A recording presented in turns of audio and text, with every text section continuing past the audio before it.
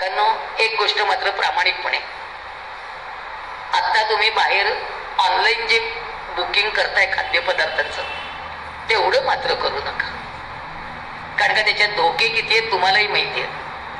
फक्त आपण मुलांशी हे बोलूया. तुम्ही जर सतर्क आई असाल तर बाहेरचे धोके मुलांना समजावून सांगा, सुनांशी बोला, तर हे समजले जाते. पण कुठल्याही प्रकारे काटकसर लादू नका. उधळेपणा पण करायचं नाहीये, काटकसर पण लादायची नाहीये. पण हे सगळं जर आपल्याला जमणार असेल तर पुढचं म्हातारपण चांगलंच आहे. नाहीतर आता म्हातारपण हे आपल्यालाच नियम खूप आहेत. आणि तरुण पिढीनं, सगळ्या तरुण मुलांना एक प्रश्न विचारू. आम्ही तुम्हाला लहानपणापासून इतकं छान वाढवलंय, आम्ही कष्ट केले, आम्ही उपकार नाही केले तुमच्यावर, पण थोडस आम्हाला समजावून घेता येईल का तुम्हाला? थोडस आम्हालाही समजावून घ्या ना. आम्ही फार वेगळ्या पद्धतीने वाढलो रे, आम्ही फार वेगळ्या पद्धतीने जगलोय. त्या जगण्याचे अर्थ खूप वेगळे होते. त्यावेळेला परिस्थिती नव्हती, त्यावेळेला आम्ही काटकसर करत गेलो. आम्हाला काटकसरीने जगायची सवय लागली आहे. आम्ही मुद्दाम नाही करत, पण तुम्ही तुमच्या बायकांना सांगा, आई मुद्दाम नाही करत. आई शिळी भाजी उरली तर का खाते? तर ती वाया जाऊ नये म्हणून खाते. तिला शिळं करायचे हौस नाहीये. काही गोष्टी तुम्ही मुलांनी बोला, बायकोशी बोला, तुमची परिस्थिती सांगा की आम्ही आता अशा पद्धतीने जगतोय. याचं कारण असं आहे की आमच्याजवळ पैसा नव्हता. थोडेसे पैसे असले की सुरक्षित वाटतं ग. माझ्या मिस्टरांची सर्व्हिस प्रायव्हेट होती. प्रायव्हेट नोकरीमध्ये फंड नाहीये, आम्हाला पेन्शन नाहीये, पत्रकारांना पगार नव्हते. आम्ही काटकसरीने जगलो. आता जर आम्ही काटकसरीने जग असं सुनेनं शिकवलं, आता तिला पटणार नाहीये.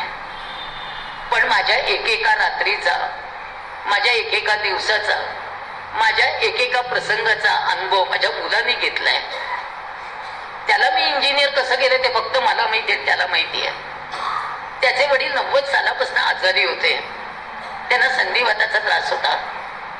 आम्ही ज्या पद्धतीने जगलो ते सगळं आम्ही आता सुनेला सांगू शकत नाही. पण मुलांची जबाबदारी आहे. मुलांनी या गोष्टी समजावून सांगितल्या पाहिजेत बायकोला. हे मुलांनी जर जरा समजावून घेतलं ना, तर पुन्हा आपलं म्हातारपण जरा बरं जाईल. आणि एक गोष्ट सांगू पुरुषांनो, सगळा दोष बायकोला देऊ नका. मुलाला वाढवण्यात तिचीच एकटीची चूक नाहीये. तुम्ही सुद्धा घरात थांबला नाही, तुम्ही घराला वेळ दिला नाही, तुम्ही घरात मुलांशी संवाद केला नाही, तुम्ही फक्त नोकरी करत राहिलात, तुम्ही पैसा आणत राहिलात, तुम्ही काही जण तर हुकुमशाही पद्धतीने घरात वागत राहिलात. ती कुचंबत राहिली. तिला तिचा मोकळा श्वास घेता आला नाही तरुण वयात. आता तिला मोकळा श्वास घेण्यासाठी मुलांचं राज्य आहे. मुलांच्या राज्यात पण ती स्वतंत्र श्वास घेऊ शकत नाही. तुम्ही थोडासा मोकळा श्वास तिला घेण्यासाठी म्हणून दोघांनी मिळून काही अनुभव शेअर करायला नको. आज तुम्ही प्रत्येक गोष्टीचा विचार करा. आज तुमच्या मुली आहेत, नातवंड आहेत, आजी आजोबा फक्त मुलीच्या मुलांचे लाड करण्यासाठी नसतात. कित्येक घरातनं नातवंडांचे लाड सुद्धा काही आजी आजोबा मुद्दाम करत नाहीत, सुनेवरच्या रागापोटी. त्यामुळे मुलीची मुलं फक्त तुमची नसतात, मुलाची मुलं पण तुमची आहेत. सगळीकडनं आज बांधून घेऊया, सगळा विचार करूया, याच्यात नियमावली पाळूया जगण्याची.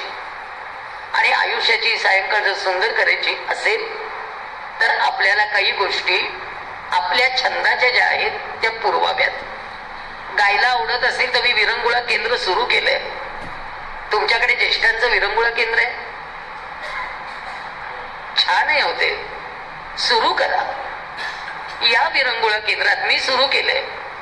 तुम्हाला गावंसं वाटतं ना, तुम्ही छान गाणं म्हणा. तुम्हाला आता पेटी शिकायची ना, तुम्ही आता शिकू शकता, मी तुम्हाला शिक्षक देते. तुम्हाला आता कॅरम खेळावं असं वाटतं ना, तुम्ही 4 मित्र मिळून खेळा ना कॅरम. तुम्हाला स्वतःला काही खाद्यपदार्थ करायला आवडतात, मी गॅस आणून ठेवते विरंगुळा केंद्रात, तुम्ही छान करून खा. तुम्ही तुमचे छंद जोपासा. आणि संध्याकाळी मुलगा ऑफिस मधनं जर लवकर येत असेल तर त्यावेळेला थोडस बाहेर फिरून बिरून यावं, जरा त्यांनाही मोकळी द्यावी. एकत्र घरात असेल तर आपण त्यांच्या प्रायव्हसीचा पण विचार करू. आपण त्यांचाच विचार करू. आता आपला विचार करण्याची वेळ गेली. आता फक्त त्या पिढीचा विचार आहे, जी पिढी आपल्याला पुढे नेणार आहे, पाणी घालणार आहे असं मी म्हणत नाही. पाणी कोण घालेल आहे आता मलाही माहिती नाही, कारण का तो विषय अवघड आहे, तो सोडून देऊ.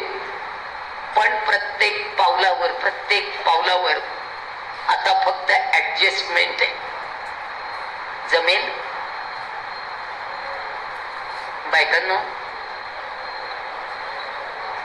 आणखीन एक गोष्ट बोलू. दागिने खूप असतील, आत्ताच वाटून टाका. मुलीला आणि सुनेला सारखे द्या, आणि जर नसतील तर काही प्रश्नच नाही. पण असतील तर दोघींची वाटणी सारखी, बर का. उगीच मग सुनेला जास्त मी दिले, हिला जास्त दिले, तुम्ही गेल्यानंतर शिव्या खाऊ नका. काय असेल ते आधी. आणि एक गोष्ट खरी, मुलांना आत्ता आपण आहोत तोपर्यंत जे काही त्याच्या वाटणीच आहे ते तुम्ही लिहून ठेवा. मृत्यूपत्र करायचं प्रत्येकाने. आता पुढच्या पिढीमध्ये भांडणं नकोत. स्वच्छ सगळं छान लिहून ठेवा. रजिस्टर करायला पाहिजे अशातलाही भाग नाहीये. एका कागदावर लिहून ठेवा, फक्त एका डॉक्टरची सही घेऊन ठेवा त्याच्यावर. अहो काही नाही, सोपं आहे.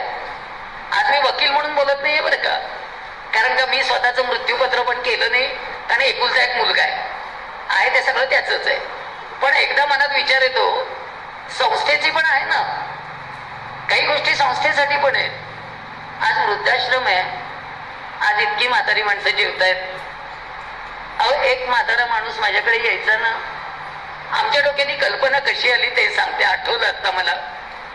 तो यायचा आणि म्हणायचा 5 रुपये घ्या, 2 पोळे आणि भाजी द्या. 5 रुपये द्यायचा आणि 2 पोळे आणि 1 भाजी घेऊन जायचा. दुसऱ्या दिवशी आला आणि म्हणाला आजही 5 रुपयाच द्या. बर. 4-5 दिवसांनी आला आणि म्हणाला ताई पैसे नाही आहेत, तसंच देता का?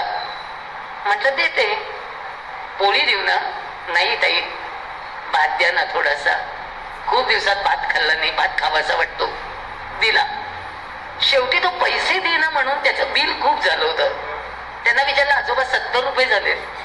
तो म्हणाला की पैसे नाही येत ताई. म्हटलं का? तर म्हणे दुकान मुलगा चालवतो, दुपारी तो गेला जेवायला की मी त्या ड्रॉवर मधले पैसे काढून घ्यायचो, कारण का ते मला जेवायला घालत नाहीत. मला भूक लागली म्हणून मी 5 रुपये रोज काढत होतो. परवा माझ्या सुनेच्या लक्षात आलं आणि तिने दुकानच्या लॉकरला कुलूप लावलंय. आता माझ्याजवळ पैसे नाहीये. त्या दिवशी माझ्या डोक्यात आलं की आपल्याला मोफत डबे द्यावे लागतील, आणि म्हणून मी मोफत डबे द्यायला लागले. आज 200 माणसांना मोफत डबे जातात. काय करणार? पैसा नाहीये, काय करणार? अगतिक म्हातारपणाचे काही प्रसंग समोर येतात. तुम्हाला सगळ्यांना विनंती, म्हातारपण अगतिक करू नका. अगतिक म्हातारपण नको. कुणासमोर लाचार झालेलं म्हातारपण नको. स्वाभिमानाने जगलोय, योग्य तिथे स्वाभिमानाने जगूया. पण ही नाती टिकली पाहिजे, खूप टिकली पाहिजे. आज नात्यांवर बोलते.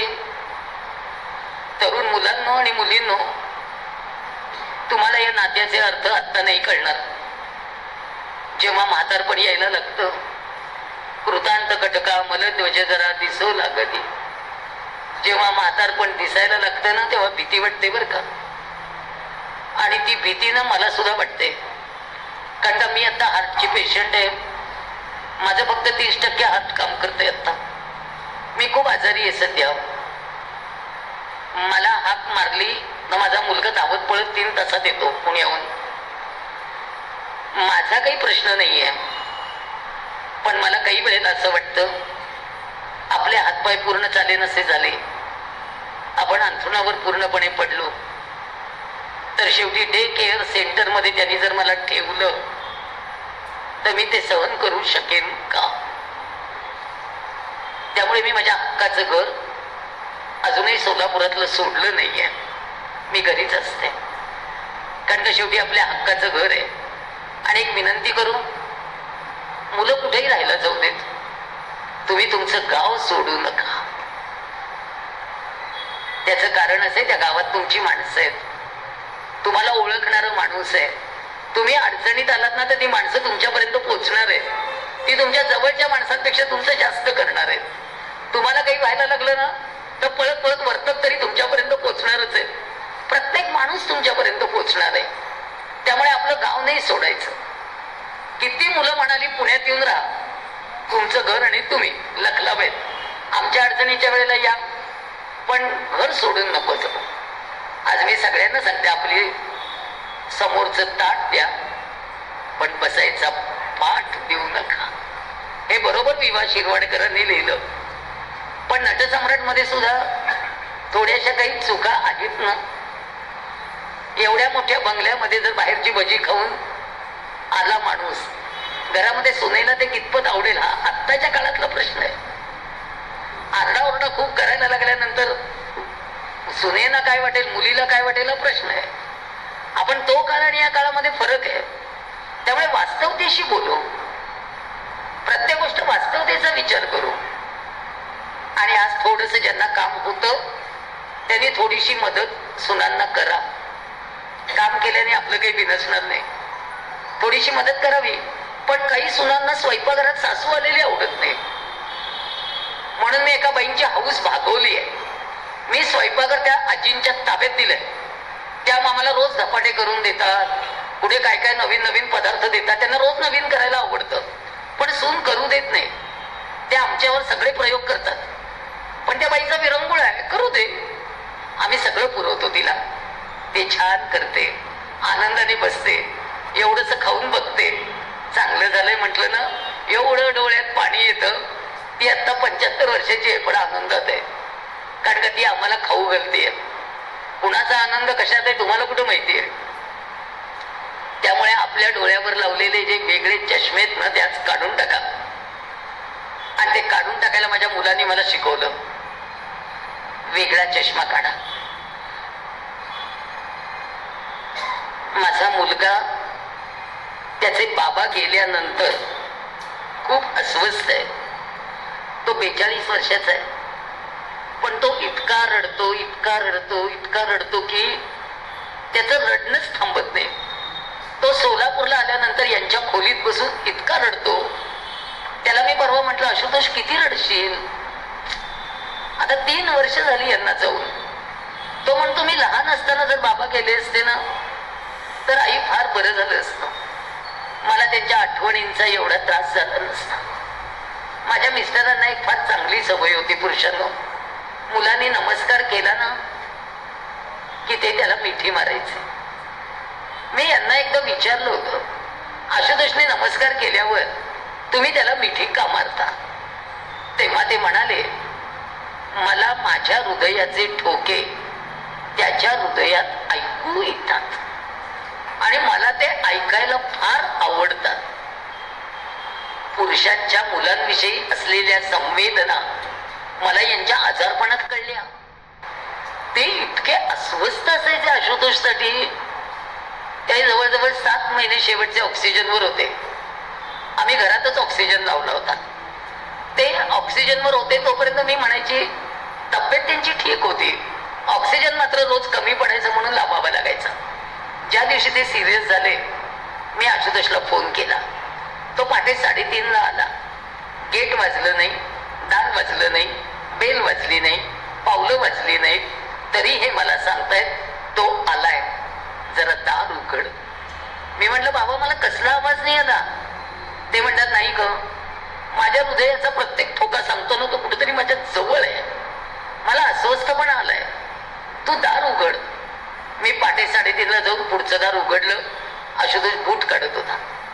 तो म्हणला, आई तुला कसं कळलं?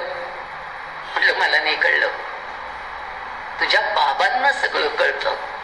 तो पटकन आत गेला, त्यांना जरा उठून बसवलं गेलं, नमस्कार केला, दुबळ्या दुबळ्या हाताने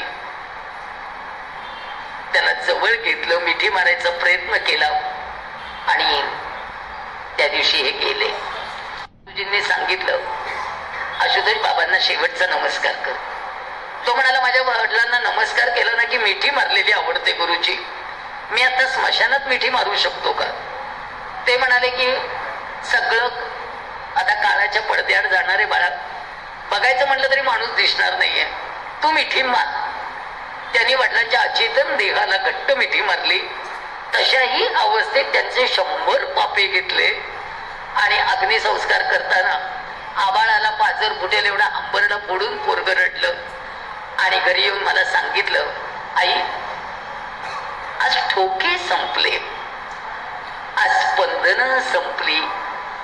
म्हटलं नाही बाळा, भारतीय संस्कृतीतली स्पंदन कधी संपत नाहीत. आजपासून तू तुझ्या मुलाला मिठी मारायला सुरुवात कर, तुला तुझ्या हृदयाचे ठोके त्याच्या हृदयात ऐकूच